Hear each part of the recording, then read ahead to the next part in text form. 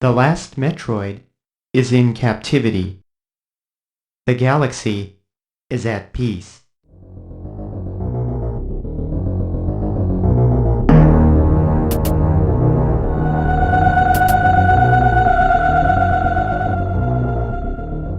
Welcome to the 57th episode of Everyday Eternal. With me tonight, we got my co-host Bob Wang.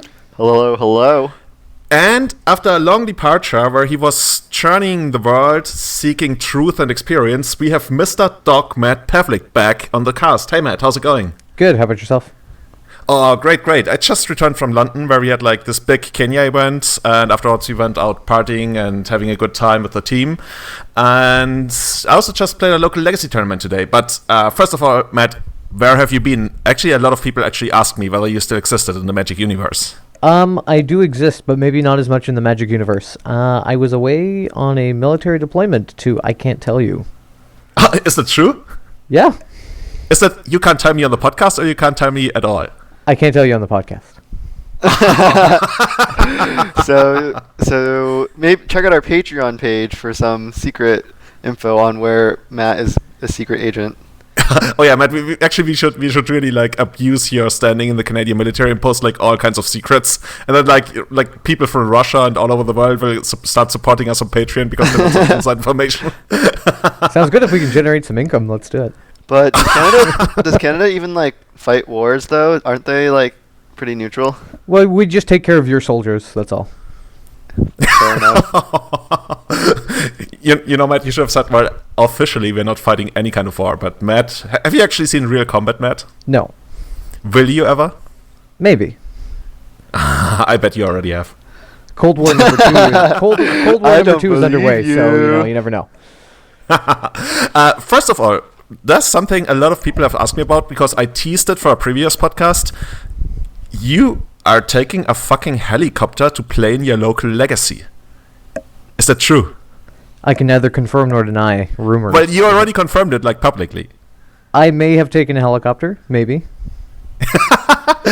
Dude, how does that even work? Well, do you, like, book it in advance, or...? You have to know the right people. You just call somebody up and you say, hey, can I get a ride? And sometimes it's yes and sometimes it's no. Yeah, Julian, life is all about networking. I guess so. So if I want to ever take a helicopter, I should come to... You live on an island now, we should probably add. Yes, I do live on an island now, so the only way in or out is either by boat or air travel, so... Which island? Vancouver Island. Vancouver... Wait, hold on. What? Is Vancouver an island? No, Vancouver's on the mainland, but then there's an island off the coast of Vancouver called Vancouver Island. Interesting. And it actually has the capital of your province, right? It does. Victoria? Victoria. Oh, I'm so good. Right, you told me this like maybe 10 times before. It's okay, but you just pretend you're really good at Canadian geography. But there's no Legacy scene in Victoria yet, is not too much. I am revitalizing the scene. And you're preaching the glories of Nick Fit and telling everybody it's the best deck? Yeah, I'm getting everybody to play Delver so then I can beat up on them and say, look at how good this deck is. So I thought if I ever came to your place, like we've been talking about that, then we play in the local Victoria Legacy and everybody's like, hey, check out this Siege Shrine, or hey, I got my 6-mana Planeswalker over here. And they're like, they worship Matt as the prophet who brought them Legacy. And then the first guy with Delver shows up and wrecks them. They're like, oh my god, why are we not doing this? Yeah, that could definitely happen. So it's a small community, so we're keeping it on the down low, you know. And Bob, what have you been up to? Like you told me you haven't played a lot ever since the GP, but you recently started playing again? So since the GP, where I did really well, went 12-3 with slow depths, I've played 2 leagues of Bomberman for Channel Fireball, and then I also joined today's challenge with Grixis Delver with Dreadhorde Arcanist. So I've not played much Legacy at all. I've actually been spending a lot of my time, I'm studying for the CFA, which is kind of a finance certification, so I'm spending a lot of time doing that. And then my time that I do have playing Magic, I've been playing Standard and Modern to practice for the SCG Invitational. I have not played Standard since, I don't know, maybe like 2015 or so, but the format's actually pretty interesting now, so I've branched out a little bit. Is that just out of interest, or are you attending a GP or something? After the Invi, so I'm preparing for the Invi. After the Invi, I may or may not continue playing Standard. I have not decided yet. Okay, okay. So we've got a lot of things to cover today. Why don't we start off with something you've probably heard on a lot of other casts, because it right about dropped the day we released our previous cast, and that is the changes to the MPL, the Magic Pro League. As probably most of you have heard, Yuya Watanabe, one of the most accomplished players ever, I think has 16 GP top 8s and like about 4 or close to, well, he would have had, I think, his 5th Pro Tour top 8, something like that. He was disqualified right as he was about to enter the top 8 of the Pro Tour for marked cards, and as the investigation later revealed, they concluded that they were intentionally marked with a pattern of his Tron lands. They suspended him for 2.5 years, which in Magic context for a first-time offender is like super long. It probably might be the longest non-violent offense that has ever been punished that way. And Gerry Thompson has left the MPL in protest. Out of a lot of stuff, you can find the reasons why he has left the MPL in our show notes. We're not going to go too deep into that. It has to do with like transparency and that he feels they're not really going anywhere with it. And those two have been replaced by Jessica Estefan and Savich. So as with regards to Jessica, she has made herself known. I think was she the first woman to win a GP? Yep. I think what's her name? The first girl to win to top 8 a Pro Tour was Melissa Del Toro. Del Toro. But Jessica was the first woman to actually win a GP, so she's not an unknown capacity. But with just regards to like accomplishments, she's not up there like with the other people in the MPL. And we have Savich, who actually has played Magic for a very long time, he says, but never really played like in paper tournaments. He's made himself known as a I think Hearthstone Pro. I actually remember him playing Warcraft 3 in the past as well. He's on Team Liquid. So he's a pretty well-known capacity in the esports world. And both of them actually played in the most recent Mythic Invitational, where I think they reached top 16, I think. Savich actually got even deeper. Yeah, Savich got top 4. Jess was the best finishing female player at probably top 16, I want to say. Yeah. And what is interesting about that is because previously, I think the general image that people got from the MPL was that it was like purely based on results and like what you actually accomplished in absolute numbers. And so people were surprised that those two were added, because even though Savich, I think he also finished first in the Mythic rankings on Arena in a season, but there were probably just merit-based a lot of other people that would have been in line to enter the MPI, which is like a really big thing. You get like 75k plus qualification for a lot of stuff and promotion, so it's you might even argue that's like almost worth like a 6-figure amount. And what is interesting is Wizards pointed out that these choices were not necessarily based on merit, but also on diversity, and well, they didn't really mention it, but also I would guess like marketing reach, especially with regards to Savich, who weirdly enough even mentioned that even though he's in the MPL, he won't actually play paper events for whatever reason. But I think that actually reflects really badly on well, he's somebody. saying that like it didn't make sense for him to go to the PT, like the latest PT, I want to say, because he would make more money streaming. So it's like, obviously it's his prerogative. He can do whatever he wants. But I agree with you, Julian. It's a really bad look if like these are your ambassadors of the game and one of them is choosing not to attend That is pretty funny. the highest event. Like, it makes sense for him, but it's just like people, like literally people. I have friends who like break down in tears when they qualify for their first Mythic Championship or Pro Tour, and like this guy's like, yeah, I don't want to go. So it's a pretty like disheartening look. And I think like everybody agrees that like these changes are for the better. Or sorry, they don't agree on that necessarily, but they could be fine. The problem is that like Wizards didn't communicate this ahead of time. So everything Wizards has done has been really haphazard. And like Saffron Olive wrote a really good article on MTG Goldfish that basically it seems like Wizards like had planned this for 2020, but then Arena was just exploding, so they accelerated everything to 2019, and they haven't really figured anything out yet. So hopefully going forward we get better communication from them as to like what the MPL really is about. In my opinion, it should be like a mostly merit-based like pro league, just like any esports pro league. And you might know better than me, Julian. Are there like diversity spots for women, for example, in other prominent esports leagues or not? like I follow a lot of esports, but the only thing I remember is that they actually have female divisions. So, but I think Magic is not nearly big enough for that. Yeah. I would say. So I think most people, I would say, have little problem with Jess joining the league.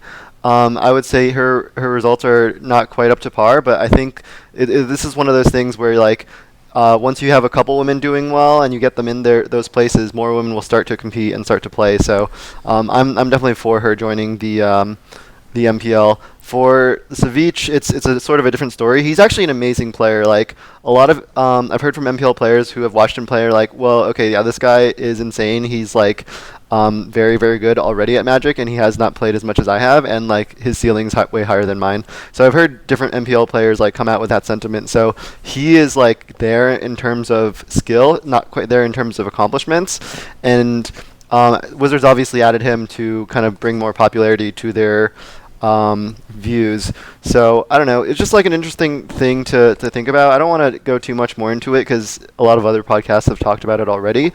But what I do want to segue into is kind of talking about the Mythic Invitational view count, where essentially Wizards of the Coast said that there were close to 100,000 people watching. And there was an article that came out on Kotaku that said that basically Wizards promised sponsors that it would get those viewers. And when they didn't get those viewers, like early on in the Envy viewership is maybe like 20,000, which is like pretty reasonable for like a Pro Tour or whatever. Then they started using the curse embedments. So like sometimes you go to like a random wiki page for like a game, then you'll have like a random Twitch playing in the background. Like they started counting those, and that really inflated the numbers up to closer to 100,000. And so that was the theory of the article. Wizards has not like made a statement on whether or not they did or didn't do that, but it seems pretty obvious to me that they did. So it could be that they're kind of hurting for viewers and want to please their sponsors. Therefore, that's why they kind of added Savich, because he's a very popular gamer and popular streamer. So is there an industry guys think about standard that? for what is considered a viewership? Like one viewership? No, that's the problem. So like the article went into that where like, for example, for sports games, Nielsen does the ratings, and Nielsen is kind of like an independent third party, whereas for Twitch viewers, literally Twitch says what it is. And I guess you can use different settings to count curse viewers versus not, which that part is weird to me. I think it should just be standard, like you count them or you don't. So like because Twitch wants to inflate the view counts and Wizards wants to inflate the view counts, it's kind of just like, because it's not independent third party, it's kind of like it could always be a shady thing. Yeah, that's an interesting quote by in the Kotaku article, which, by the way, not only touches on Magic, but it's one of the longest and most in-depth article I read about esports and the future of esports in general. You should definitely check that out if you're interested in that. We are linking that in the show notes. And there's a quote from the article. An individual with knowledge of Red Bull's operations told Kotaku that it was something they did in 2016. We're all competing for the same small group of sponsors. How do you show the competitive advantage? By showing your inflated numbers are bigger than their inflated view numbers. Just like pretty much what it feels like, right? Because Wizards feels like, oh my god, these big esports, they're getting so high numbers, so we gotta be up there. And then they pretty clearly, I think it was pointed out in the article, even though Wizards like didn't want to comment on that, basically quadrupled their viewership in a very short amount of time without like even a larger number of people being logged into Twitch. So basically that's one way that you can also like track shady numbers when, for example, not a lot of more people are actually like engaging in your chat or doing anything, but you still like get a lot of higher viewership like they did. That's a very clear indicator that something's going wrong. So another quote from the article is, one former Twitch employee with knowledge of Curse's operations told us, I can tell you with 100% certainty that a ton of that is just chunk views, which really feels like what happens. And it's kind of sad because, like we mentioned, Wizards has to compete against these other esports and esports in general. Like right now, the vibe in the greater esports community is like, oh, are we actually really just like building a bubble? The article also goes into that there's like leaked Goldman Sachs and Morgan Stanley reports how they estimate esports, like the top esports titles, not even combined, but the single top esports titles by 2022 will be like on par with the NFL with regards to viewership numbers. Yeah, And that a lot sounds of- absolutely ridiculous to me. Like, obviously, esports is like global, but come on, NFL is like the highest revenue generating league in the world. Like, Yeah, like let's be here's the real other here. thing the article pointed out is like people who watch esports, they're like gamers. They're used to like our generation is used to getting a lot of things for free online. Like Twitch is completely free, whereas like NFL, people make tons of money through like ticket sales and like through merchandising, and like I just don't see that for esports yet. We're just like cheap gamers basically, whereas like professional sports is far more established. So even if we get close to the viewers, like there's not going to be close to the revenue. Whereas like, I don't know, the sponsors are paying the revenues for those like views and giving those ad dollars. So that's basically how esports is surviving now. The next step will be see if like people will actually vote with their wallets and like pay up for, quality esports content. They talked about, they mentioned it in the article as well, that a lot of industry insiders, and I mean, Kotaku is not like your random website. They are quite respectable in that regard. And they have inside knowledge from esports organizations and people in charge. And they estimate that like up to 90% of esports organizations are currently still running at a loss. And that's especially because of the high wages that players receive. So I think they mentioned in the Overwatch League, for example, the average salary is over $300,000 a year. That's like the average salary, and a lot of the top players there are making like 7-figure amounts of money. And I think What? that's one of the things. Yeah, Matt, you became a doctor. You did it wrong, man. Jesus. Should have kept playing Counter-Strike forever and then... You know what? I'm thinking about that so much. I was like pretty decent, like top. I want to tell myself top 10, but it was more like our team was like top 20 in Germany at the time. But that's like 17 years ago. Yeah, But I was playing I- in Cal League and CPL or whatever leagues back in... When would that have been? Like 2000 Yes, 5, 2005. Yeah. That's Yeah. shortly before they folded, pretty much. And it's like, man, what am I doing here? Yeah, and I think like all this pressure, like we don't really know whether it's really building a bubble or not, but there's certainly a lot of pressure to like compete with these numbers when you really want to establish, especially arenas like in esports. So I could definitely see Wizards doing that, and it's also like it's not only Wizards. Like the article goes into other esports, how like everybody's using these shady numbers, and it's even like with regards to tournament organizers. And I'm not gonna name any names because there's no point in that, but. Like a tournament organizer tells me ahead of time, oh, Julian, hey, we're going to have like 600 people at this event. I'm like, oh my God, what the fuck? And then they tell me, yeah, actually, we are going to have like 150 for Legacy and like 200 for Modern and then like 50 for Standard. Like, yeah, half of those are the same people. And they're like, yeah, but we're counting each of those individually like several times. And it feels so fake. I hate it so much. And they're like, no. And then they look back and they get like 2,000 people for this tournament weekend. I'm like, this hall couldn't even fit 2,000 people. What the fuck? And It's not 2,000 unique persons. It's slots that they're Stupid. occupying. But yeah, like to sum this up pretty much, I think if esports wants to be taken seriously and really get to like a new level, they really need some independent entities to basically provide legit stats. Because there's something called Sue something that's mentioned in the article, but most of the people involved with like esports and viewership tracking, they say, yeah, those numbers are pretty much like crap.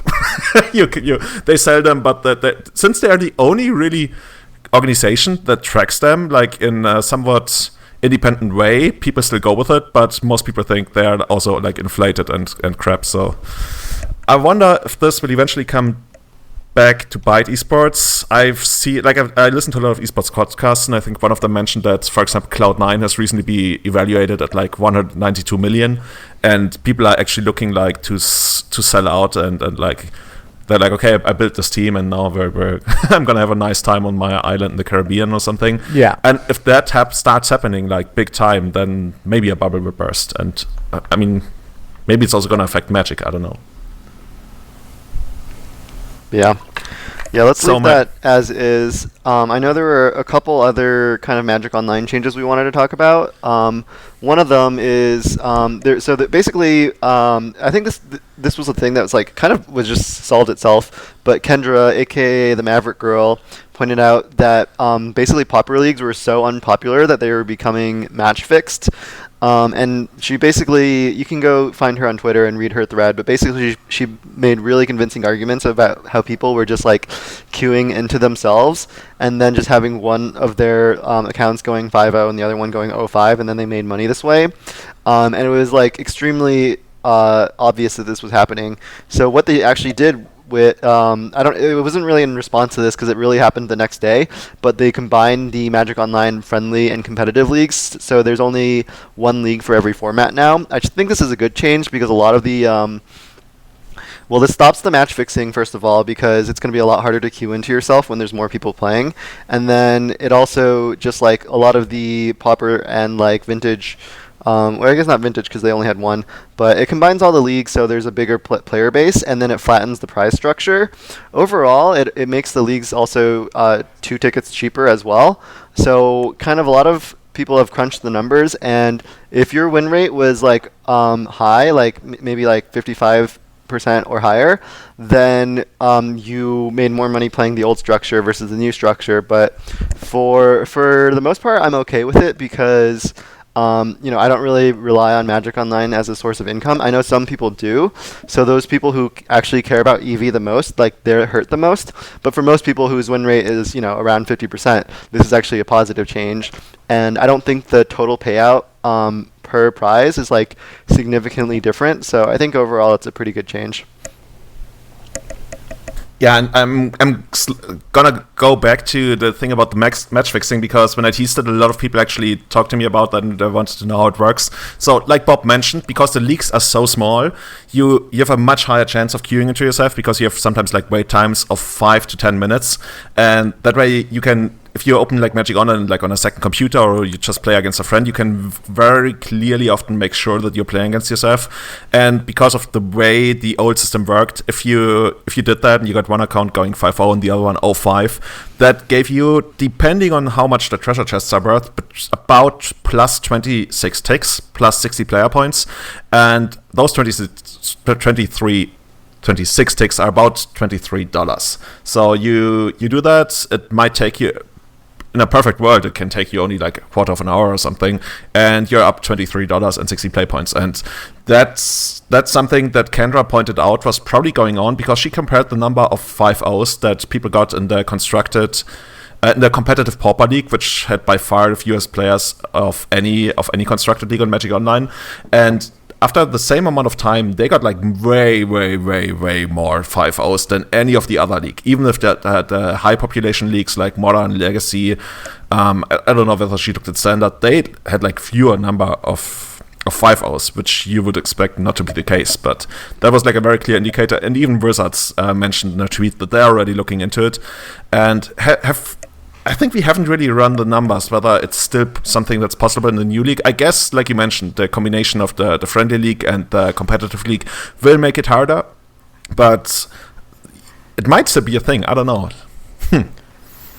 I think it's going to be hard because, like, the thing with Pauper is, like, you would literally wait for 10 minutes and then, like, it would just auto pair you against someone who, like, you've played against already. But yeah, I mean, I guess we'll see. The other thing is the new league is not implemented until like June or something. So I guess they can keep doing this. But I think the cat's out of the bag and Wizards is looking into it. I suspect we'll see some accounts getting banned. But I'm not really sure because I don't really hear too much about Wizards actually banning people. I actually only know one instance of someone getting banned from Magic Online. But was that recently? No. But that was Zach Jesse. But like, I'm sure like people probably get banned for like stealing accounts and hacking, I assume, but by then they've probably already taken the money. So I assume that's a thing that happens, like, because I know a bunch of people have had their collection stolen, and I assume Wizards bans those thieves accounts at least. But I have no one idea. Of our recent guests, Chase Hansen Strifer, also recently had his account hacked, and I don't know if he actually got it back. So he didn't get his cards back. But Wizards actually reimbursed him for the tickets, which is the first that I've ever heard of. Most of the other time, I think it's like card holder has insurance, so then they reimburse the person who sold to them. But this time, I think Wizards actually gave him the money. So it's the very first time I've actually heard of Wizards stepping up and helping, which is a good thing. On one hand, it's kind of like, it's like basically what Wizards is effectively doing is creating money out of thin air, and then like yeah, exactly right. Basically the hacker ends up with extra money. So it is still a little bit sketchy that they're they're helping. But overall, Basically, we're all pooling together. Everybody who's having tickets in Magic Online just pay for that. Yeah, well, the whole messed up thing about Magic Online is like none of the cards online are property. Like you don't own anything. Everything is just property of Wizards. And like they also just don't acknowledge that like things have a real world value, even though they sell tickets for $1. And I don't know. Basically, like the issue is like they never want to get into a situation where it looks like they're printing money, because that gets them into tons of legal trouble. So they need to manage everything around that. Yeah, I guess something that would help. And didn't they actually mention that two-factor authentication might eventually be on the way? I have not seen any mention of that, but I mean, I hope maybe I had a dream about that. But that would be something that would help quite a lot. But we can dream. I think they even like on the most recent Magic Pro League podcast, no, not podcast, videocast, they even gave out promos for Magic Online, because in the past everything you would get is for Arena. So that was actually something that was nice to see for a change, that they still had, like, haven't completely forgotten about Magic Online and also want to. I mean, in the end, it's just a gesture, but it's something that I want to mention because I do appreciate that them doing stuff for us, because people are somewhat scared, like, where is it going with regards to Arena? So, Matt, have you gotten into Magic Online? I have not yet. So my idea was that because the legacy scene here in Victoria was quite small, is that I would do a little bit of Magic Online. But because I've been kind of here and away and then here and away, I haven't actually bought in yet. Well, I have a lot of tickets to sell if you want to. Like, White Bomberman, dude, that deck has made me so much money. And it's so crazy. I tried it in a CFB video too. It seems extremely powerful. Like literally, the deck is just complete mana and then like 16 bombs that like all win the game by themselves. So like, that's just good deck building. The problem with Bomberman is it's more vulnerable to hate than the other Karn decks. Like it's just really, really bad against Karn and Null Rod, because you play stuff like Ancient Den and like Baubles and things. So it's weaker to hate, but it's much more powerful. So I don't know. I think it's a very good deck, and I expect it to see like some tournament success before the format fully adjusts. Yeah, I already noticed that we're actually seeing quite a lot of main deck braids and even like 2 or 3 sideboard Nyrods. And to me, that's been annoying because previously we didn't see those, and I really got to like cruise the leagues. I think I got like 5 hours out of 4 leagues I played with it. You played with Null Rod against me in the Channel Fireball video. Oh, that was with Elves, right? Yep. And that we got into like a weird spot where like I could play Lattice, but then neither of us could win the game. And like you were in a weird spot where you didn't even want to cast your draw for my Sylvan Messenger. Your Sylvan Messenger, yeah. Because then I would play Lattice, and then we would just sit there, and then you would deck first. It was so funny. Definitely check that out. Bob, how often are you actually releasing videos on Channel Fireball? Like once a month or something? So basically, it's very nice. I get to make content at my leisure, and what I usually do is I either write or make a video once a month. So in May, I made a Bomberman video, so go ahead and check that out if you're interested in the deck. I think it's very good. I don't know if I think it's like, the best thing since Cruise Delver or whatever, but it's definitely very powerful before the format adjusts to it. Yeah, that's what Max was selling the deck at, right? That's the big thing. Like it's the most broken thing since Cruise and Delver, and I'm also not sure whether that's true. And I mean, I have played a part in hyping it up that way, but I think the deck is, like you mentioned, like really, really good. But I'm also a little scared that eventually it will either have to adjust, because one of the things I wanted to change was to bring in more disenchants, and I think Max actually did that in his most recent list, because I also noticed that Null Rod is such a pain in the ass. You can always mentor your way out of it, but once they clear the board, then it's usually just over. But yeah. It's another way to like, if you can hold up the mana while they play the Lattice, you can like kill the Karn, and then play your own Karn or something. So yeah, it's pretty good in Karn mirrors too. So overall, how do you feel about the format right now? I know you haven't played a lot recently, but for example, one of the cards that when we actually talked about that spoiler with Eric, like I was super high on Dreadhorde Arcanist. Like I think I remember it as me calling it the second most impressive card of the entire set, but then I actually retracted that statement after you guys mentioned a lot more, allegedly even more broken cards. But I'm super happy to see that like Dreadhorde Arcanist is actually really making itself known in the legacy format right now, because the card is just absurd. And for those who don't know what it does, it's a creature, zombie wizard, are colorless and are red, 1/3 trample.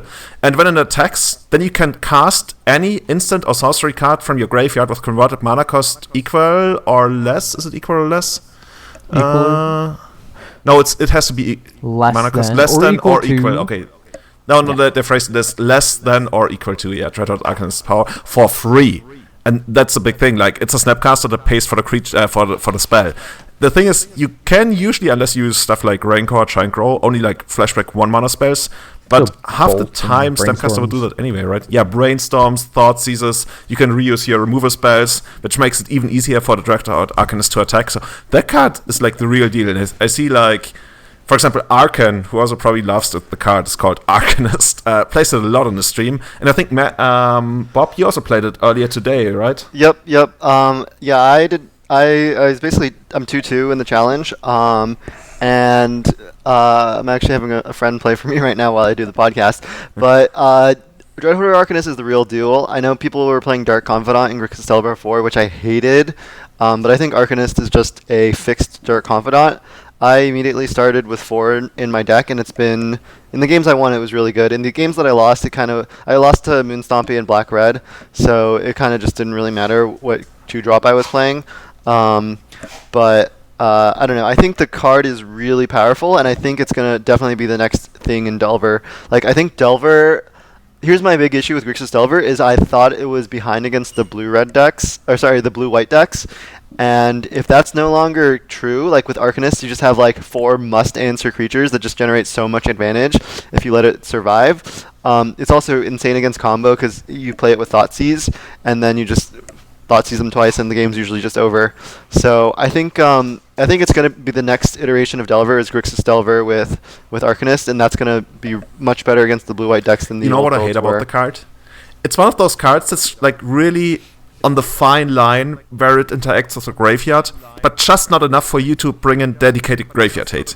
And I hate when stuff like that happens. Tell me about it. It's like, you're really making me want to bring in like Surgical or something, but it's so bad, and Surgical's horrible against it. Like, you could bring in like Leyline of the Void, and it would hit like Arcanist and Gurmag Angler, but that's still like 6 cards, and they'll just kill you with Delver, Pyromancer, True Name, and then you look silly too. So I love that. Like, I can't just be beaten by hate cards. That's the whole reason to play a deck like Delver, is the hate cards just don't really exist. Except for Meekstone. But now you guys have a Braid. My life has become so much worse ever since a Braid was released. And I kind of like the card, but it's so good against all the stuff I like doing.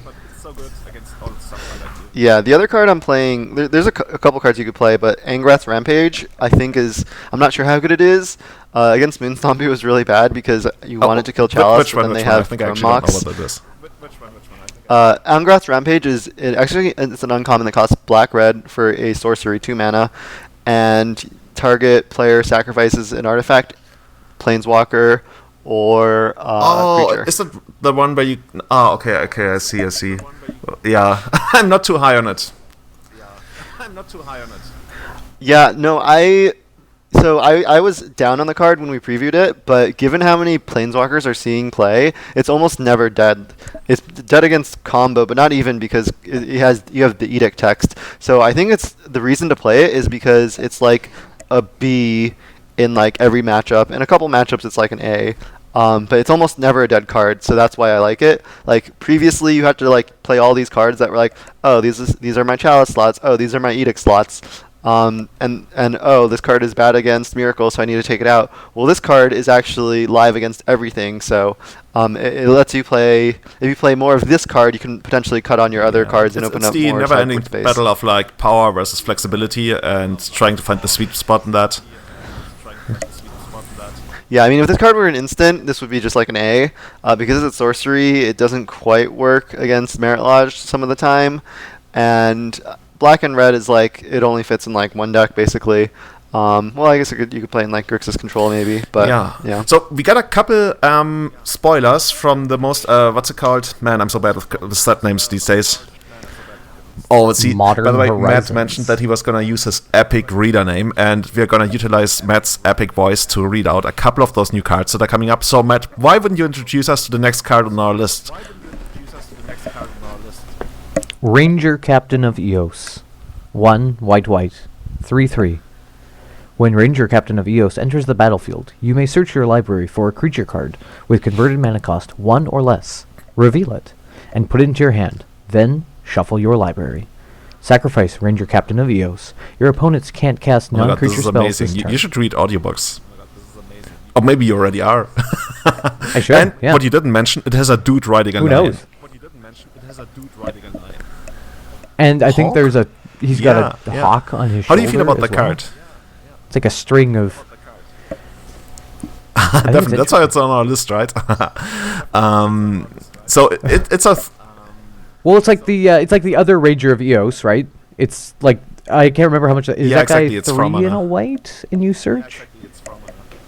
Yeah, so this seems obviously a little bit better, and he has the little hate of, like, can't cast non-creature spell this turn, so I guess if you're doing something... You want to do something crazy? Or do you want to stop them from comboing off? You're just the one thing that surprises me about the card is that it's not legendary, because that's the thing Wizards of the Coast has done a lot recently with like hate bears. Oh shit! Usually just you're totally right.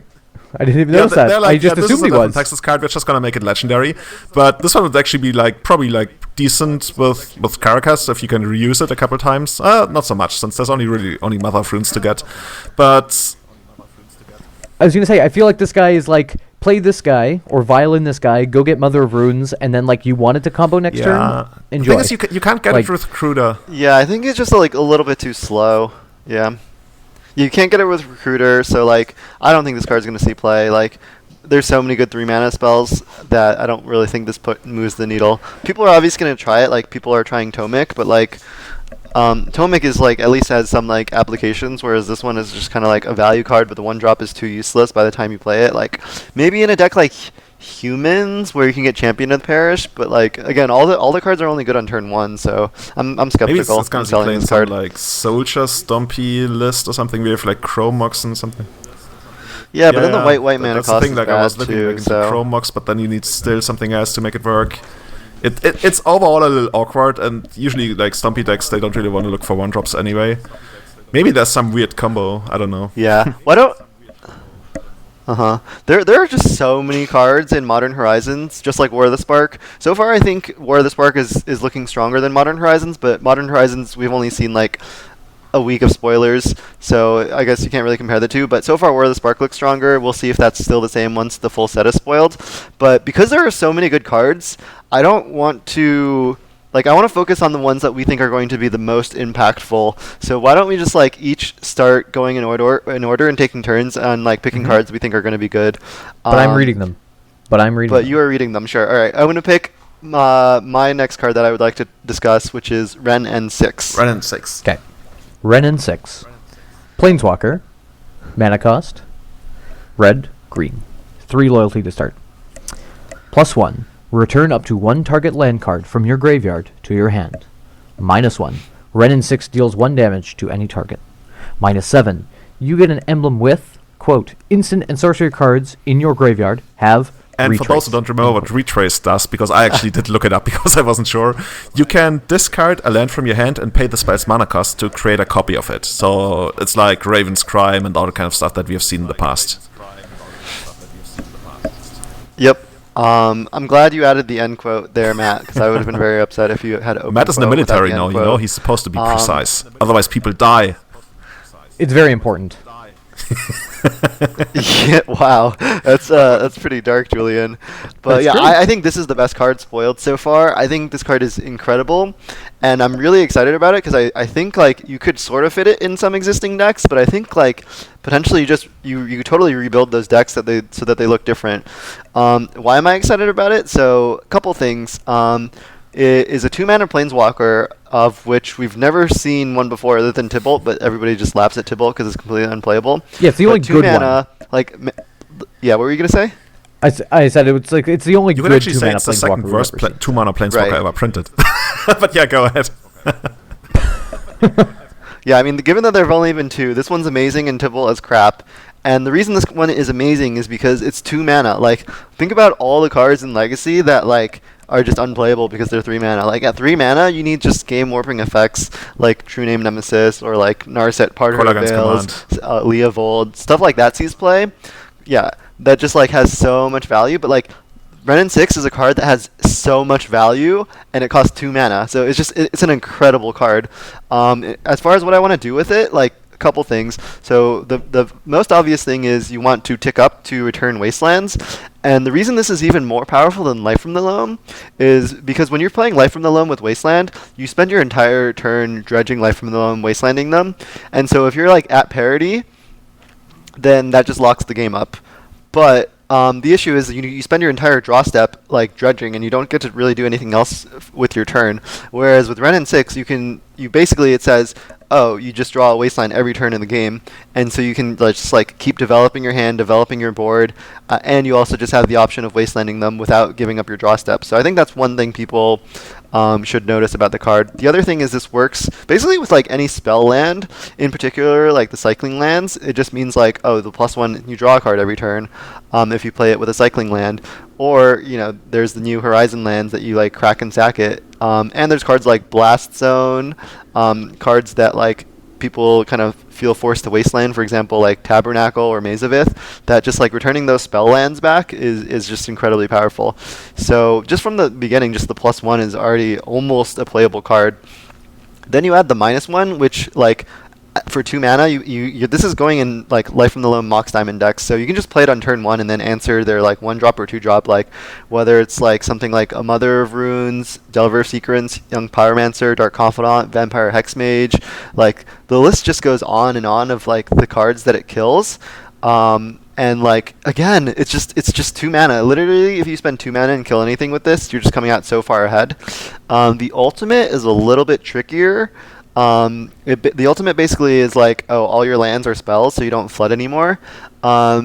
I have a hard time seeing this in like a deck like Lands, where like the spells you're casting aren't really that good anyways.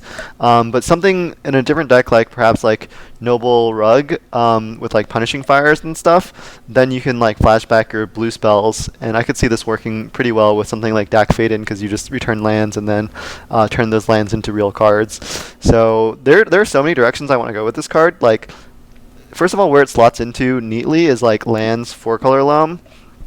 But like I think you can like rebuild those decks to like abuse this card more and play like 2 or 3 copies. Then where else can I see it? In like more fringe decks like Punishing Rug, which I mentioned, maybe like a Jund Smallpox Super Friends deck where you use Smallpox to control the board, and then you play along with Liliana the Last Hope, and then these two together just kill any creature basically. But the reason I'm just excited is like it's a 2 mana card. It offers new design space and new deck building. Like it doesn't really fit neatly into any existing deck. And like the decks that it does fit well into, you're going to want to rebuild them. It looks like a card that, like you mentioned, might actually spawn new decks in Legacy, which is always something super exciting, because for many years usually like go back and forth like adapting decks, but like that a really new deck shows up that requires some kind of new influence into the format. And this card, it's a 2 mana Planeswalker that provides card advantage at the plus ability, and that really like that blows your away. Like it doesn't even get bolted when you immediately plus it, which you will probably do a lot of times, except for like when you, like Bob mentioned, you want to kill some of the creatures. The ultimate, like you mentioned, I think it's just gonna be like a bonus. It's something that will come up every now and then, but overall people will probably play it for like the +1 and the -1 effects. And like you mentioned, it's so hard to figure out how it will actually really work into those decks, because it might require some adjustments, but I'm really, really excited to see how this one will play out, because it's super powerful. Actually, except for the red mana cost, it feels like something that Matt would actually play, wouldn't you, Matt? Yeah, 100%. Like, I'm interested in this card for aggro-loam like type decks. Some sort of like grindy land deck. Maybe you're playing Knight of the Reliquary, maybe you're playing crop rotations, but like I feel like in like a Chalice Mox Diamond land deck, like this seems very cool, because then all you're doing is you're wastelanding them every turn, or you're Cabal Pitting, or you're Barbarian Ringing, or you're doing whatever, and then you're, like Bob was saying, you're just developing your board, because again, your biggest issue with a Life from the Loam deck is you are spending your early turns dirtling around with Life from the Loam, trying to dredge, and then you're dredging your good stuff into the graveyard, and then you're trying to figure out how to get the good stuff back, and here, you kind of get around that a little bit. So I am very, very excited about this card. The other thing I like about it is, like, Julian, you're like making the point about new decks in Legacy. I think we have seen some amount of new decks in Legacy, but the most new decks that we typically see are just like these like crazy decks that are just like combo decks, like turn 1 combo decks like Depths or Reanimator, or like Chalice decks like, you know, Karn Post. Like, while those decks, like, you know, have played to them and are somewhat interesting, like, I don't know, just like it's more enjoyable when like the new decks are like really more fair Magic as opposed to like, yeah, that's a really good point, because yeah, you mentioned when we see new stuff, it's sometimes just like leveraging raw power, Black Red Reanimator, Depth, or you have something that's like really strong in the end game, whereas like stuff that's decent, that's like, you look at this card, you don't feel like, oh my god, if I play against this I can never beat it. It's just like really good. And when you see stuff like that, that's really exciting. I'm not a fan of red. I just have such a hard time like enjoying playing a red deck, but maybe I mean, you know me, right? I'm probably gonna make a video with this in Elves anyway.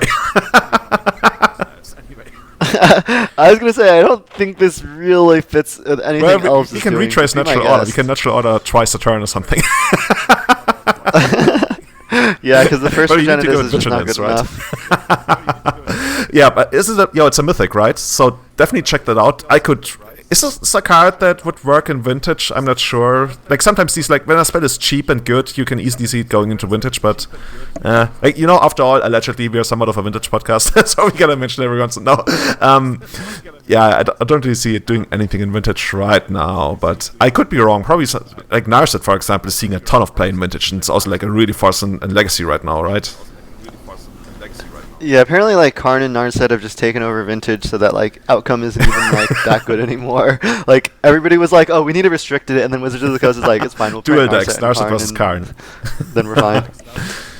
Yeah, right. Yeah, that's just such a crazy format that like the printing of these two new Planeswalkers just completely turned it on its head. I want to quickly touch upon, probably not too much to say about that, but since Bob actually mentioned that he really likes slivers, and I think I even titled an episode Bob Likes Slivers or something of this podcast, there's Cloud Shredder Sliver, and I'm going to steal it from you, Matt. It's so cool. I love this card. It's a red and a white sliver, 1/1. Sliver creatures you control have flying and haste. Dude, this isn't it right? Pretty ridiculous. Because, like, basically, you're like, okay, I play Cloud Shredder Sliver, so I don't need Wing Sliver anymore. So, great. And then you play Crystalline Sliver still, and then you have all the things.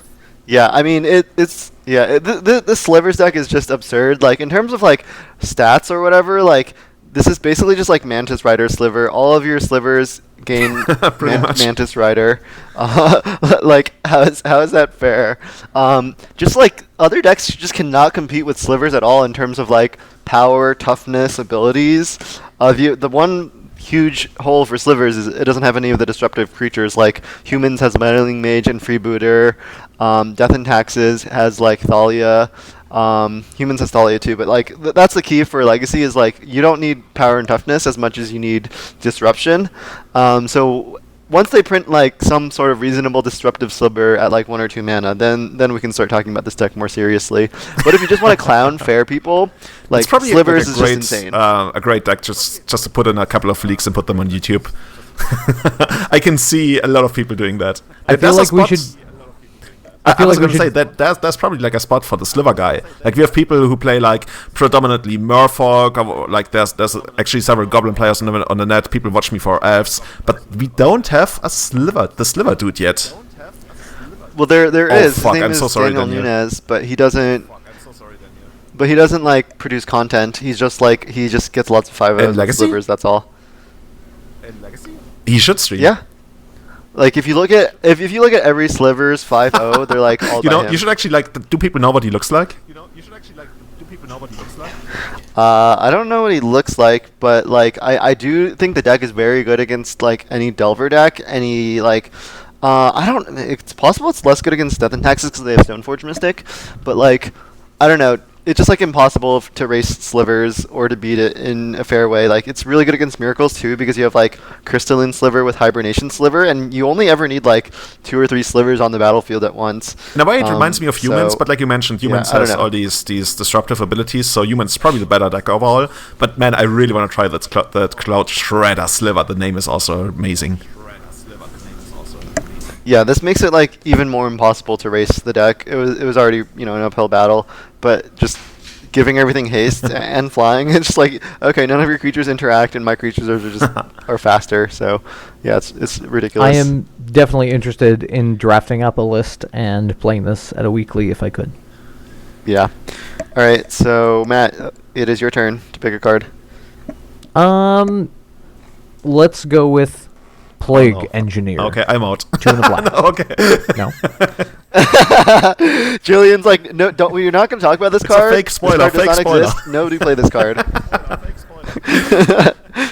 Okay, 2/2, Death Touch. As Plague Engineer enters the battlefield, choose a creature type. Creatures of the chosen type your opponents control get -1/-1. Hey. So why do I like this card? Well, you see, I'm a big fan of Engineered Plague, and this is a 2/2 Death Touch creature that does everything that I want it to do. So I'm a big fan of choosing creature types like elves, How original. How cruel and unusual. goblins, elementals, merfolk. It kills Truant Nemesis. I think that's a big thing about the card. Yeah, that's the only thing I like about this card. Everything else about this card I hate. I think it's going to be incredibly powerful. I'm definitely playing it. I think it just replaces all the other stupid cards that Grixis Stelver and like all these other decks were playing before, like Blazing Volley and like Marsh Casualties, because this card is just like way better than all of them. Yeah. Definitely. Yeah, we're not touching that one again either. Like, this card is just incredible because, first of all, like the 2/2 Death Touch body is just relevant. Like, it blocks Skirmag Angler, you can attack with it. Second of all, it's a sweeper for like Empty the Warrens, True Name Nemesis, and it's a static effect. The reason I hate this card, well, there's 2 reasons I hate this card. The first reason is that it's a one-sided effect. Like, I get Wizards is trying to push the power level of these cards, but making things one-sided just takes away a lot of the deck building restrictions. Like, if a card like Narset or Leovold was like both-sided, like it just like makes the decks way more interesting, but makes the cards way less powerful. But just from a design perspective, I just don't want to see cards continually get pushed just for the sake of power level that don't lead to interesting deck building decisions. Like, the deck building decision with Narset and Leovold and Plague Engineer are going to be, oh, you put it in your deck because it's better than everything else that has seen play up to this point. So I just don't find them very interesting. The second reason I hate this card is because like all of the cards in the set are just named after like their predecessor card. So like Engineered Plague, Plague Engineer. There's like Pondering Mage. There's Giver of Runes. It's like such low effort as a card name. I'm just like, can you not like think of a more original name? Nature's Chant was my favorite, actually. Yeah, that's like a combination. It's like we won't touch on this card too much because it's like a very boring card, but it's Disenchant, but it's hybrid mana, so it's Nature's Naturalize / Disenchant, so it's Nature's Chant. Just like, come on, just a little bit more. It's a little cringy, please. Almost, right? And that's like when people they create like custom fake cards and fantasy cards. That's the kind of name people choose, and you're like, oh my god, nobody would ever name the card that way. But yeah, well, actually they did. But yeah, Ren in 6, going back to that, that's a badass name, because apparently it's like 2 guys, and he's using this tree who's also animated as an exoskeleton, and they're like Ren in 6. Oh my god, I love it so much. The art is amazing too. Like, I thought it was going to be like a Golgari card or something, because it definitely looks kind of evil, but I guess I also see the fire. But it's basically like a guy melded into his treefolk friend. So his name is Ren, and then his treefolk friend is That's actually Six. a movie. That could be like a movie franchise. Like I think if they push those 2 guys really hard, like they're going to take over. They're going to be the face of Magic now. So another card that, when it was spoiled, led to like a really big explosion in our Legacy Friends chat is Archmage's Charm. Matt, go ahead. Okay, so Archmage's Charm, blue, instant, choose 1, counter target spell, target player draws 2 cards, or gain control of target non-land permanent with converted mana cost 1 or less. obviously, a lot of the blue players, they love this card because it's an instant. It's a like divination that you can cast for 2 mana at your opponent's end of turn, or use it to counter a spell. Because it's unlike other counter spells in the set, it counters any spell. It isn't restricted to non-creature spells. And every once in a while, you will even be able to steal. I think the biggest thing that you can steal with it is Mar at Large, which is like, that would be the ultimate thing to do. Well, I saw somebody mention that you can like steal a chalice on 1, then try to forget the trigger every time. Like, yeah, you probably shouldn't do that. Yeah, exactly. AKA cheating. I think it was a little bit tongue in cheek, at least. I hope. But the card, like, to me, it strikes me like as a card that might actually see play in blue-white control in Modern, but for Legacy, like, people underestimate, like, triple blue. If you want to get that, like, on turn 3 or something, then you will probably be wastelanded pretty hard, because you're probably not going to have, like, 3 islands on the 3rd turn, unless you're playing literally mono blue. So maybe it's going to see play, like, in a Marcus deck. I want to call it that. So something like High Tide. Yep, High Tide or whatever. But I think people really like it, but even that I don't see it, because like High Tide just is a combo deck, so you don't really care about interacting. This is a very interactive card. If the mana costs were less restrictive, then if it was like 1 blue, for example, I think you could play it in Miracles. I don't think it would be amazing, but I think it would be very playable, because like every line is almost live. The problem is just like it's 3 mana, so it's not going to be that good against Delver, and then it's 3 mana, so it's not going to be that good against combo. So, like, it's not quite there in Legacy. Like, if it were easier to cast, I think you can slot it in, because it's always going to do something. It's always going to draw 2 cards. But I just think we're just so far past the days where like you can just cast like, expensive counter spells, or just like incremental card advantage. Like when Miracles plays card advantage now, it's AK. It just goes so much harder than this card. So I don't think it will see much Legacy play at all. People are going to try it and then realize it's like, oh, I could play 1. Yeah, but it's probably people mentioned, okay, well, if it's not good enough for the main deck, maybe we can play it in the sideboard. But I think in the sideboard you want even more like impactful cards, something that really does something. And people are like, no, I can actually like bring it in the blue mirror, but you probably still want like just Pyroblast or something there, or Flusterstorms or whatever. So the card looks like promising, and probably people will sometimes use it and put a highlight on Reddit that will get like 2,000 upvotes or something, how they steal Mar at Large.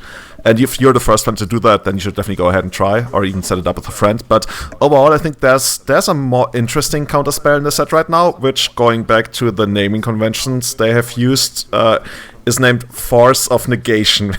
It's okay. Matt, go ahead. Fucking garbage name. Like, honestly, I'm sorry. Guess what? It's negate. Okay. Force of Negation. Ugh. 1 blue. Instant. If it's not your turn, you may exile a blue card from your hand rather than pay this spell's mana cost. Counter target non-creature spell. If that spell is countered this way, exile it instead of putting it into its owner's graveyard. And the flavor text is, try if Matt, you how do you feel about the card? That's how I feel. I don't know why this card exists. I think it's really good in Modern, or I don't know. I was having like a discussion with people whether this will be better in Modern or Legacy. I think in Modern this fits really, really well into blue-white control. You just like slam Jace turn 4, bounce your thing, hold up Force of Negation. Like it's very, very powerful in Modern. I think in like Planeswalker decks. In Legacy, so this could be like Force of Will like 5 and 6 in the sideboard against like combo decks. But like that's kind of where I see it. I mean, it's pretty clear, I think, that the set is named Modern Horizons, right? But this is a card they printed for Modern to probably keep a lot of those super high speed early game combo decks somewhat in check. And I really hope that it's going to help with that. They also printed Flusterstorm in the set, which is going to make its debut in Modern now. So maybe Modern will be like less crazy. That I haven't really played a lot of Modern recently, but that's the stigma about Modern, right? There's so many all-in combo decks, and they want like all the crazy stuff to be banned. But then there's also Tron, which I guess this card is also decent against. So I don't mind the card. I think it will actually see some play in Legacy. Like the clause that you can only like pitch counter on your opponent's turn is somewhat relevant, because like when you use too many pitch counters, it gets to a point where you want to use it to protect something that's really impactful, so that you can actually like make up for the card disadvantage you suffered. So you wanna use it to like protect your chase, which you can't really unless you're paying the full mana cost. So the only thing that you can really do is to counter the opponent's chase, in which case we're going back to, wouldn't you want like Pyroblast or even Flusterstorm in a counter war? So people will probably try it, and it won't really be great, but I don't know. If Legacy gets to a point where we have even more stuff like Black Red Reanimator, then we might see some of that card. But even then, like, they still have discard, so it's this weird spot where we don't really have a lot of stuff that's really good against super committed early game combo stuff. But this could be something that helps. But I mean, it's nice that it's 3 mana. It's not completely uncastable. You will eventually just like trade it for something that you can, but it won't feel great, and that's usually not. If the card never really feels great, and you're really literally looking to just trade it for a brainstorm or something to eventually get rid of it, then it's probably not something you wanna do. But I'm excited to see what it does for Modern. I mean, I'm more interested in the design space that they started with, and I saw this revealed, right? I was like, Force of Negation, interesting. I wonder if they're going to complete the cycle. And of course, we do see reveals. So I want to talk about Force of Despair. So Force of Despair is 1 black instant. If it's not your turn, pitch. Destroy all creatures that entered the battlefield this turn. And I think that's a really interesting space to take it, because I expected that if they were in my head, they were going to print this in black. My thought process was that either it was going to be like a minus for everything, or it was going to be a destroy target creature. But destroying all creatures that enter the battlefield this turn is very specific. What do you guys think about that? Honestly, Julian? I would like the card more if it was just like destroy target creature or something like that. I think that would probably wouldn't be playable, but maybe if it's like destroy 2 target creatures, that would be probably playable. I think it's too narrow. Like, you can use it against something like... There's literally one deck in Legacy like, that you could use it against something like Dredge or Show and Tell, but like obviously that's just like horrible. Something like Dredge will just rebuild again, and then Show and Tell is just going to beat you with the 7 cards it draws or whatever. So I just there's one don't deck think this card is good for Legacy. in one specific scenario where this is really good. Like, this is like exactly Glimpse yes. When I turn saw this against card, I was elves? like, oh my god, they're gonna make like my entire glimpse turn for nothing. Sometimes you can, like, if you get a glimpse turn, you know your opponent is sitting on mass removal, you put stuff into play that's like really hard to remove, like progenitors or something, or big creatures. But this, like, it kills everything, and I hope it's not gonna see a lot of play. I'm not too high on the artwork. I'm not actually sure what's going on in that. But I really hope that this card isn't gonna see a lot of play, because against elves it really is like quite good. You could of course argue that there's a lot of other mass removal effects that you can play against elves. A lot of times maybe if they actually pitch something, it won't hurt you too much. But what people don't realize is after a glimpse you're sometimes left with something like 5 cards in hand and then like 1 or 2 spells. So if they use that against elves, but like I mentioned, it's only really good against the actual glimpse turn. Against the other stuff, like if they trade 2 for 3, whatever, that doesn't matter too much to me. So I'm on Bob's side on the argument here. I think it's not gonna see almost any play, but if it does, it can really screw you. I guess it kind of counters Empty the Warrens, but you don't really want to have a sideboard anti-combo spell that even only deals with like half of the Storm decks out there, because against A&T it's not going to do much. I feel like you could just play a card like Zealous Persecution or Golgari Charm, or like one of those other spells that does like a lot of other heavy lifting in other matchups, and then this is like oddly specific. I mean, the upside is that it's only one color, but black is kind of like a supplemental color. It's like something you play on top. I actually, well, that's probably a story for another podcast, but I have this theory about how there's like core colors in Legacy and how there's supplemental colors. And like black and red, they usually like, they're splash colors, whereas like green, white, and blue, they're like core colors. But that's something else. There's another force, and a lot of people have asked me about that. It's called Force of Vigor. Matt, go ahead. Take us away.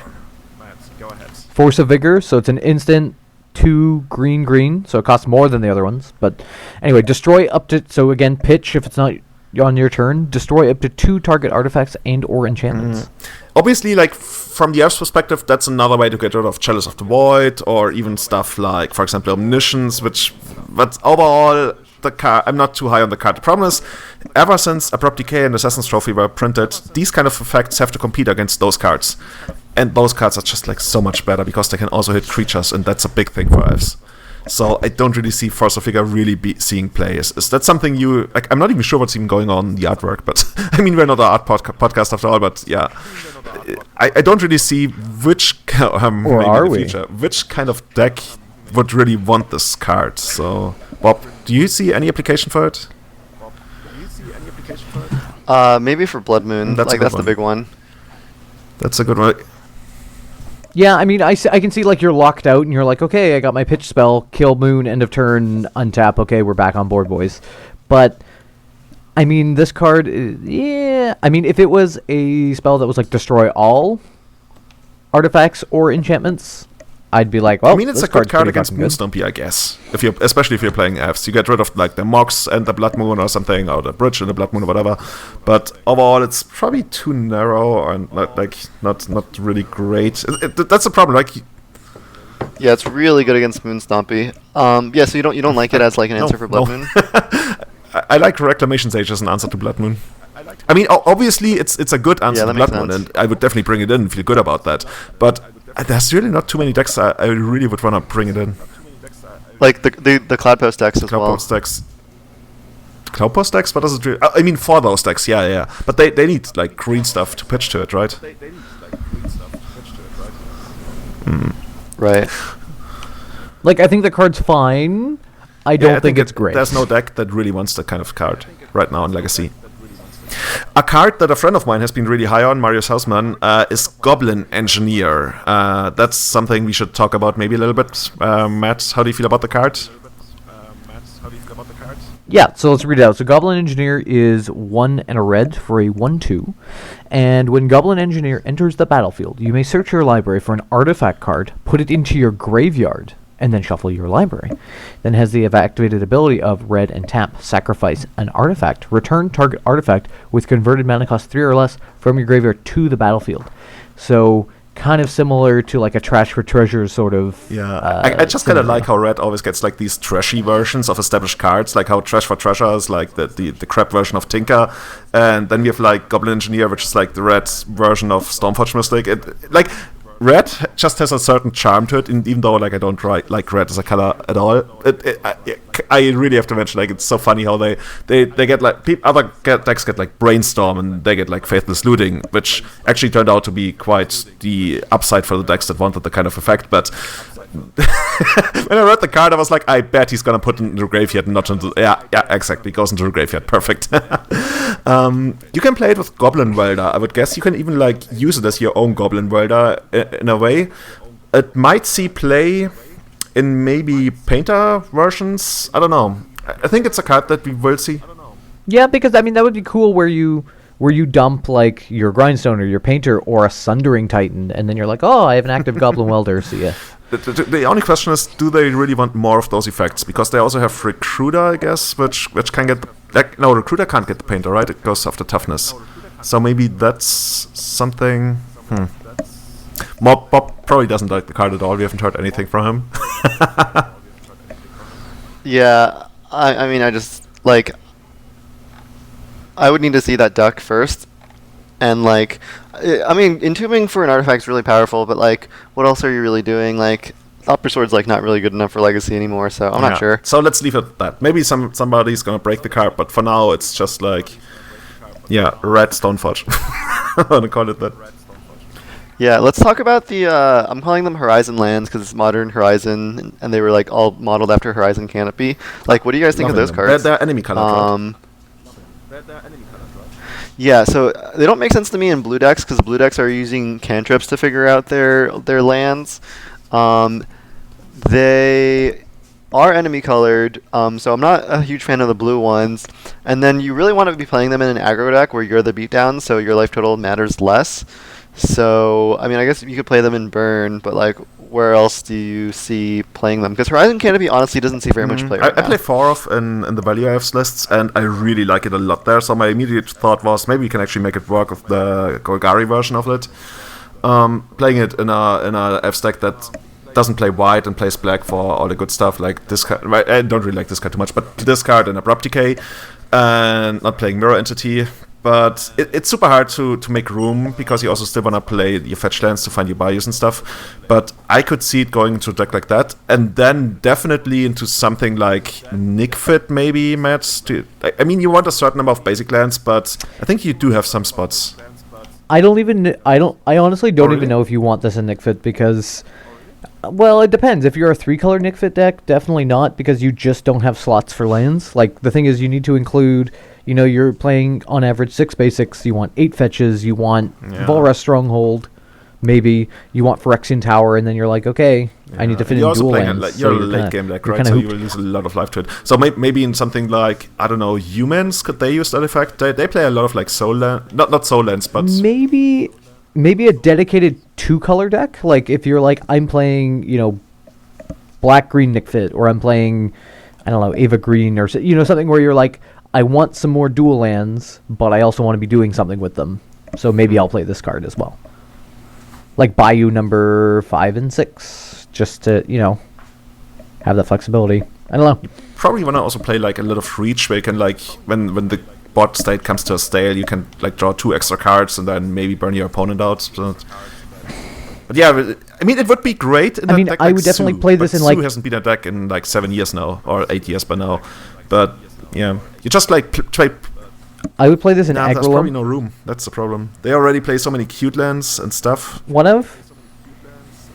Yeah, but like before you would maybe include Horizon Canopy because you wanted that ability, but maybe you were off color, right? So maybe now you'd include the Golgari land instead, just because you're it's talking about like better. actual like red-green. But even then...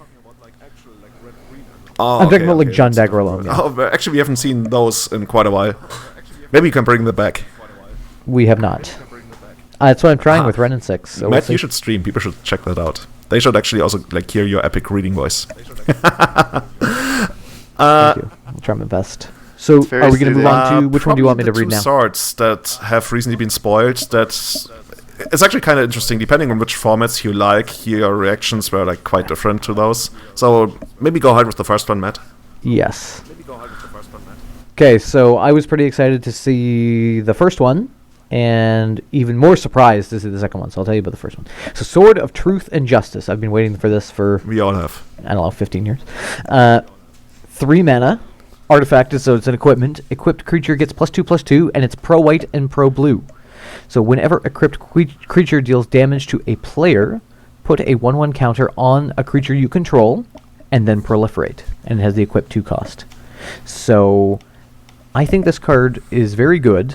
And the reason why is because in many decks that were playing Stoneforge Mystic, you played a pro-white sword sometimes because you wanted to be pro Swords of Plowshares. However, it sucked when you got your cards bounced by Jace. So you played Fire and Ice and maybe Light and Shadow sometimes, maybe, or War and Peace. And this is nice because you get to have both of those colors covered against decks like Miracles, Blue-Eye Control, etc.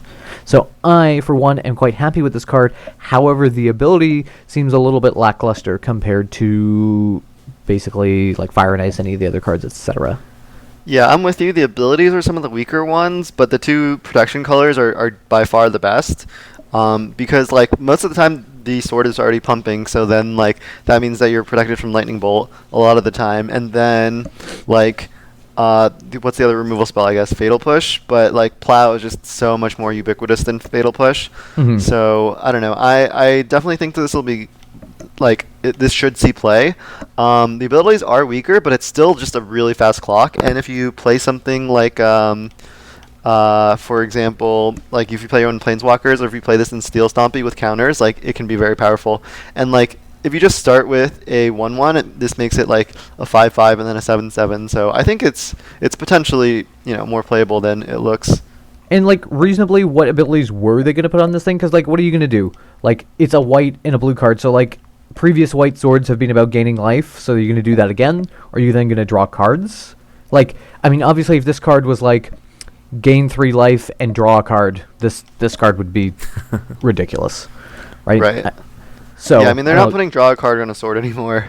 We're past that. Yeah. Yeah. I was really looking forward to the sword because, like you mentioned, it's probably those are the most relevant protection colors in the Legacy, at least right now. The effects, I mean, I get that that's a general theme. They don't want to put too crazy effects on these anymore, but I guess you can actually turn off a chalice, kinda, with it. You can proliferate your opponent's stuff, right? That's what they did with Throne of Geth or something. Yeah, and I guess the cute thing is where you also proliferate your Planeswalker that way, but like at the point where you have like a Planeswalker online and you're connecting with a sword, that's already like a very small subset of games where this is actually going to happen. Honestly, I'm somewhat disappointed by the effect. I was really like, I read the protection colors and I was like, yes, this is what we need against miracles.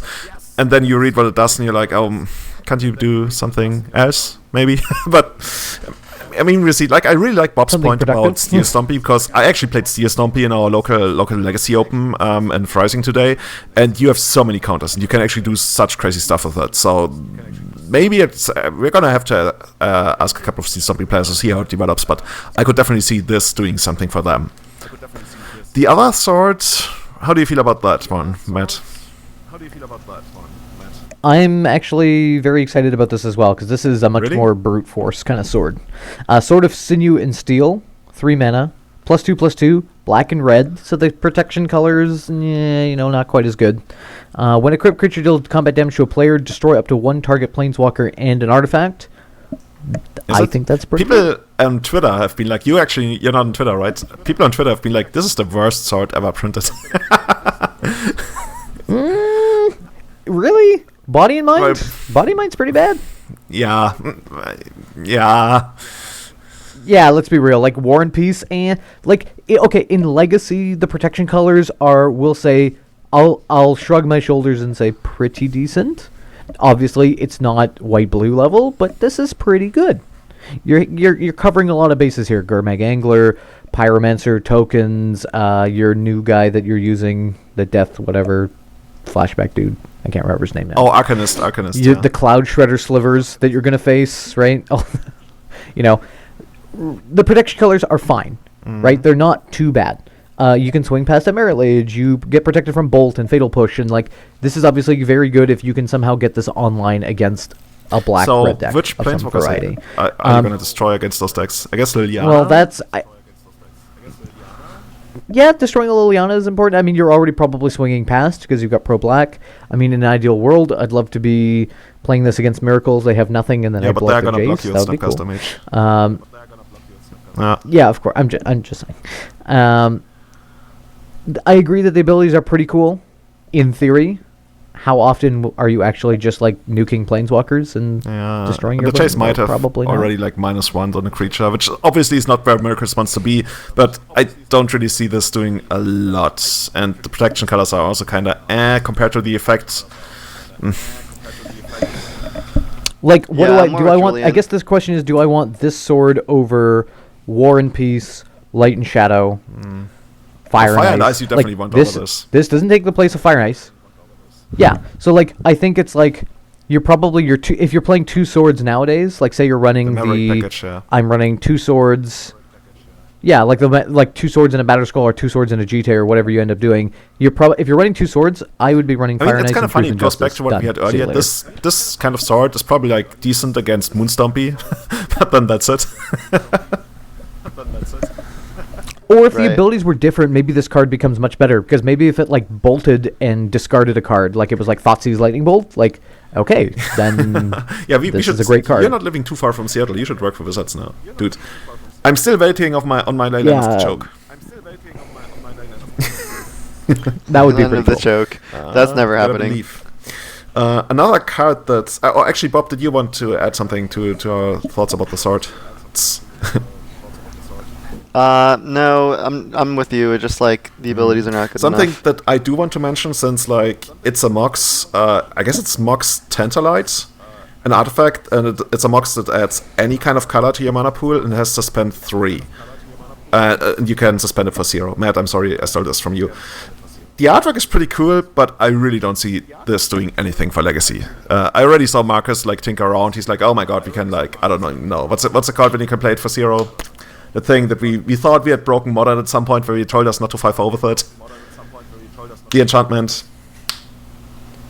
Yeah, exactly. I saw people try Asphodel with that, but I'm just not seeing. I just wanted to mention it because it's a Mox, and maybe I'm missing something. But do you guys see this card doing anything for Legacy? Nope. Nope. Yeah, I think we covered like most of the big hitters. There's probably some other stuff that might see play, but they look a little bit more fringe to me. Mox Tantalite seems like it's in a weird place, because it's like, look, another Mox. We made something. It produces mana. So I have to wait 3 turns for one mana? You get like a free rampant growth on your first turn. Is this even better than Search for Tomorrow? Maybe like Suspend 2 or like Suspend 1 would be good. Suspend 2 would Suspend 2 would actually... Suspend 1 would actually be even interesting. Suspend 1 is like... would actually try it with like Planeswalkers and stuff. Suspend, like, what's the breakpoint, right? Like, is it Suspend 2 for... like, how much mana do you need for how many Suspends? And I think the answer is, like, 1 mana per Suspend is probably fine. Because I think if this was, like, Suspend 3 for 0, tap, add 3 mana, I'd be like, this seems fine. Yeah, I'm just... it's probably the kind of card that you will open and regret opening it. And you hope somebody buys it from you while it's still worth money. I won an Immortal Sun today. Apparently that's actually worth a little bit ever since Karn was printed. And in speaking of, oh my god, I think we are kind of done with the review of these cards here. Let me tell you a story. There's one more? Nope, there's one more. Oh, there's yeah. one more. Okay, go ahead, Matt. Ayula's Influence. I don't know if I'm pronouncing that correctly. Green, green, green. Enchantment. Discard a land card. Create a 2/2 green bear creature token. So this is green shifted Seismic Assault, and instead of doing direct damage, you create bears. I like this one, actually. I think it's good in, like, lands. And maybe like you play it with like Ren and become like a different lands deck. Yeah, it could actually be a thing in a Ren deck. I think this is a cool ability for sure. Like it's much more powerful. Like for a card, you would rather have a 2/2 than a shock in a lot of situations.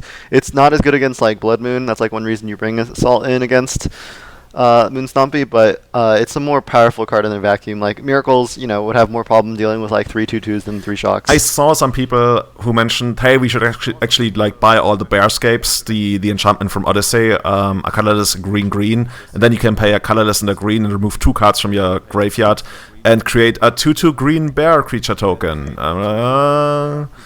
Yeah, all the bears, artwork of Bearscape is actually amazing. You see so many bears in the background you wouldn't even realize. But yeah, that's not something that's going to happen. The card itself, I can see it doing something. It's just not... I mean, I guess it's a better version of Zombie Infestation in a way, almost. But I'd be surprised if you actually see it doing something. It's definitely not like a bad card, but I wish it had like one more kind of effect, like a minor effect that does something that makes me want to play it in like a mid-range kind of deck. But it's really... Well, keep in mind, like, with Ren and Loam, you just have way more cards in your hand, potentially. So, like, usually, if you have one or the other going, that's true. Make a lot of bears. Yeah, maybe this becomes part of like a land discard. So basically, bring red, back to your green, hand. Seismic Assault, and like Influence, and Ren. Maybe you're actually building the new Legacy deck. Maybe.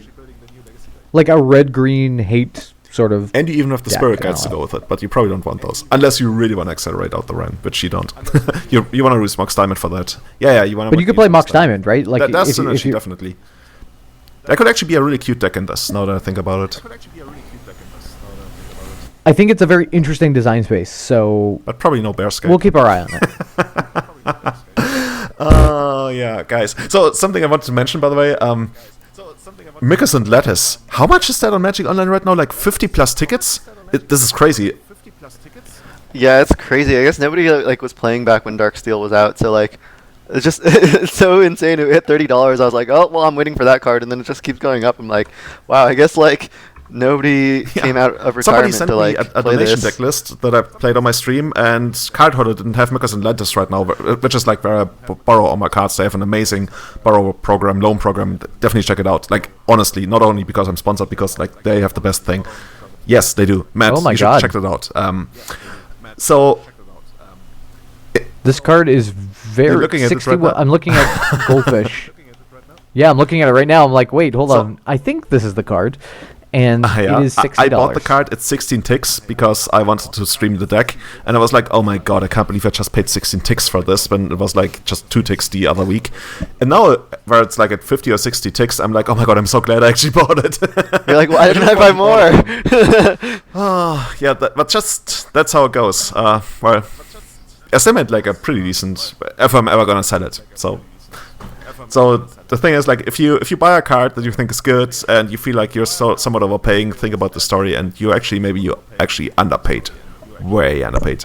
Matt, you probably have like a lot of stories that we will uncover in a different podcast about all the stuff that I have sent you from Europe that has like gotten a lot of value. Like when I was one more story. So when I visited Matt 2 years ago in Canada, we're going into his house and we go into the magic room, and there's like literal plastic bags of magic cards all over the room and shoe boxes full of magic cards, and it's like magic cards literally all over the room. And Matt was looking for one specific card, so we actually we opened one of the plastic bags, and there's like stacks of cards inside the plastic bags. And like I start like going through the cards. I'm like, okay, dual land, some are basic land, Chains of Mephistopheles, dual land, some are basic land. Matt, what the fuck? And those were lying around in plastic bags on the floor, and for God knows how long. Have you actually gotten to like sort those, or does the magic room still look the same? No, so I've organized everything into like 1,000-row boxes, basically, and now they're put into one solid cabinet. And you're organized now. Oh, I guess you have to be once you're in the military, right? I am. I try. So, are you gonna go on any future deployments anytime soon? It depends on whether the US actually will attack Iran. That's a good question. I haven't. We're looking. We're watching and waiting. I hope nothing happens. Yeah, but are you gonna have a little more time to spend at home right now? Yes. So for the next, I would say, looking at least 4 months ahead, I should be definitely basically come back to at Europe. home We were talking most about of the that, like Tuscany and Greek Isles trip and everything. We were, yeah. I would definitely like that. We're just kind of planning. In the planning stages. Yeah. When are we going to take that time? We will figure it out. And Bob, what are you up to in the near future? Just finishing up studying for the CFA and then going to the NV, and then once I'm done with that, I'll play more you'll Legacy be even again. richer than you are right now. No. I mean, that's the hope, but you're eventually gonna buy out your company. Yeah, we will see. So, in the meanwhile, while we are all still poor, if you want to support our podcast, you can head to patreon.com everydaychannel, and you can support us on one of the many different tiers we have, like starting at €1 per episode, or going up all the way to the Grizzleband tier at dollars per episode. And for those, we want to give 2 shout-outs to Scott Munro, as well as Kurosh, which is a name that doesn't have like a second name, it's just like Kurosh. So thank you a lot for supporting the Legacy Premier League, I was about to say. Sorry guys, this is very late today.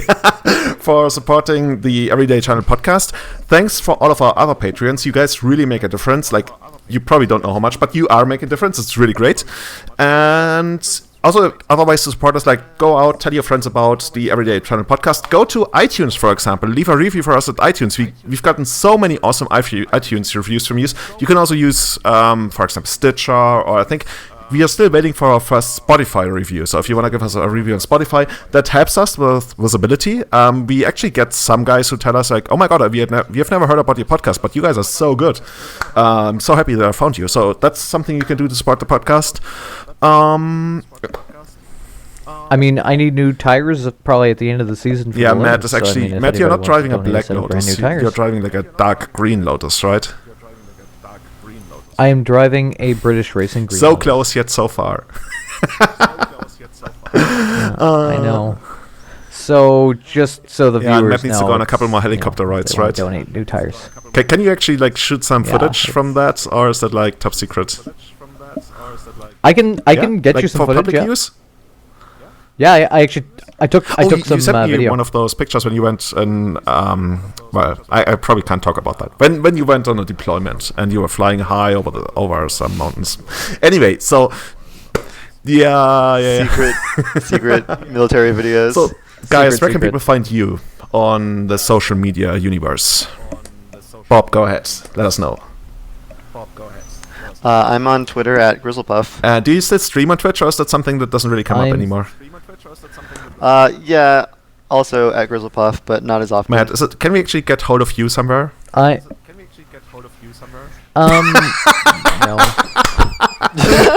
You can Nice try, contact though. Matt's agent, which would be me, I guess, and then I will forward all the messages. There's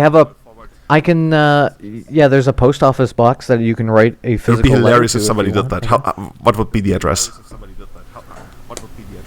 I'll give it to you. We can post it in the show notes. Okay, let's do it like that. Like back in the old days, please send a self-addressed sealed envelope to people actually do P.O. that. Box. Like that's a big part of streamers' shows, that they give us the address and then they open whatever they get live on stream. And sometimes it's like really fucked up stuff, but most of the time it's really interesting, cool stuff that people send from like their local. Well, I wanted to say cultures, but that sounded weird. So yeah, it's definitely something. Like unboxing videos of stuff you get from your viewers. That's definitely something. Maybe I should try that. Well, maybe we'll. Did I tell you that Gabe is actually sending me what's the stuff you eat in Canada? Maple syrup. Maple syrup. Yeah, he's actually sending me like a case of maple syrup. I'm actually gonna eat it. What's the stuff you eat in Canada? Yeah, I'm actually gonna eat it live on stream because I don't even know how I'm supposed to eat it, like with a spoon or like on bread or. You realize that you put it on things, right? Well, it depends. So yeah. What do you? If you guys want to get hold of me, I'm at itsjulian23 on Twitter. I'm itsjulian on Twitch. If you want to support, we already got that. If you want to, by the way, we were able to finally uncover the password to our Twitter account for Everyday Eternal, which is at EternalMTG. We have about 400 followers right now, which I guess makes us the biggest legacy podcast around. Hey, but we can do even better. So definitely check us out there. We're going to post all the new stuff that we're doing over there. You can also, if you support us on Patreon, get access to our Discord, where, well, at least Eric and I hang out. Very exclusive content. It's not super highly populated, but we definitely we mentioned the stuff that we're going to discuss in the upcoming episodes, so you can shoot us some questions over there, and we're really happy for any kind of feedback we get there. And with that, it's 9:30, and I think we're gonna call it a day, and I'm gonna try to get this episode out as soon as we can, and see you again on the next show. By the way, we had 3 weeks of delay to the last podcast, so now we're going back to about 2 weeks, just to sync up better with other legacy podcasts, so you don't get overload and then you don't get nothing for a couple of weeks. And for future episodes, we're gonna I guess I already teased it on social media. We're gonna try to get Mr. Arkan, Mr. Star Wars on a podcast, probably the biggest legacy streamer around these days. And if you have any no, I'm not up there. There's Arkan, there's Anorak. I think those are the two big ones. Maybe I'm in the top 10 or something, I don't know. So if you have any questions for Mr. Arkan, definitely shoot us a message on Twitter, join our Discord, or send a letter to Matt's post office box, and we will get the message to Arkan. So thanks a lot. Thanks a lot for taking the time today, guys, and see you again on the next show. Bye-bye.